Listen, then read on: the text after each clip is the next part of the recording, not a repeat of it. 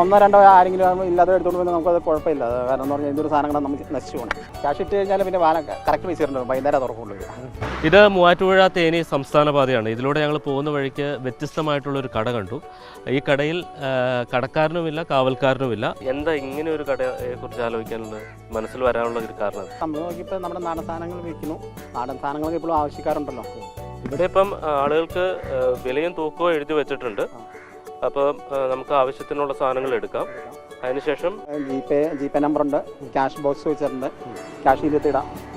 Cash ഇട്ട് കഴിഞ്ഞാൽ പിന്നെ കറക്റ്റ് പൈസ ഇട്ടുണ്ട്, വൈകുന്നേരം തുറക്കുള്ളൂ. ആരെങ്കിലും പൈസ തരാത്ത സാധനങ്ങൾ എടുത്തുകൊണ്ട് പോകുന്നുണ്ടോ? അങ്ങനെയൊന്നും ഇന്നത്തെ കാലം ഉണ്ടാവില്ല.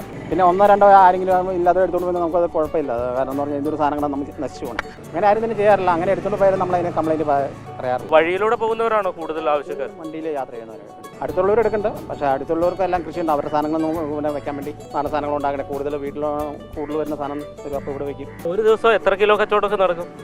അത് നമുക്ക് ഓരോ ദിവസം വണ്ടി പാസ് ചെയ്യുന്നതനുസരിച്ച് നമുക്ക് പറയാൻ പറ്റുള്ളൂ. കാലാവസ്ഥ മഴയൊക്കെ ആണെങ്കിൽ ആൾക്കാരെ നിർത്തിയിറങ്ങാൻ മടിയായിരിക്കും. ഒരു കർഷകനെ സംബന്ധിച്ച് മുഴുവൻ സമയവും അദ്ദേഹത്തിന് ഈ കടയിലൊന്നും ഇരിക്കാൻ സമയം ഉണ്ടാകില്ല. പക്ഷേ ആവശ്യക്കാർക്ക് വാങ്ങാനുള്ളൊരു സൗകര്യം ഒരുക്കിയിരിക്കുന്നു. ഈ നാടിനെ സംബന്ധിച്ച് വലിയ അഭിമാനകരമായിട്ടുള്ള ഒരു കാര്യം തന്നെയാണ്. കാരണം ഇത്തരത്തിൽ സത്യസന്ധരായിട്ടുള്ള ആൾക്കാരുള്ള ഒരു നാട് എന്ന പേരിൽ കൂടിയാണ് ഇത് അടയാളപ്പെടുത്തുന്നത്. കർഷകനെ സംബന്ധിച്ച് വലിയ നേട്ടവുമാണ്.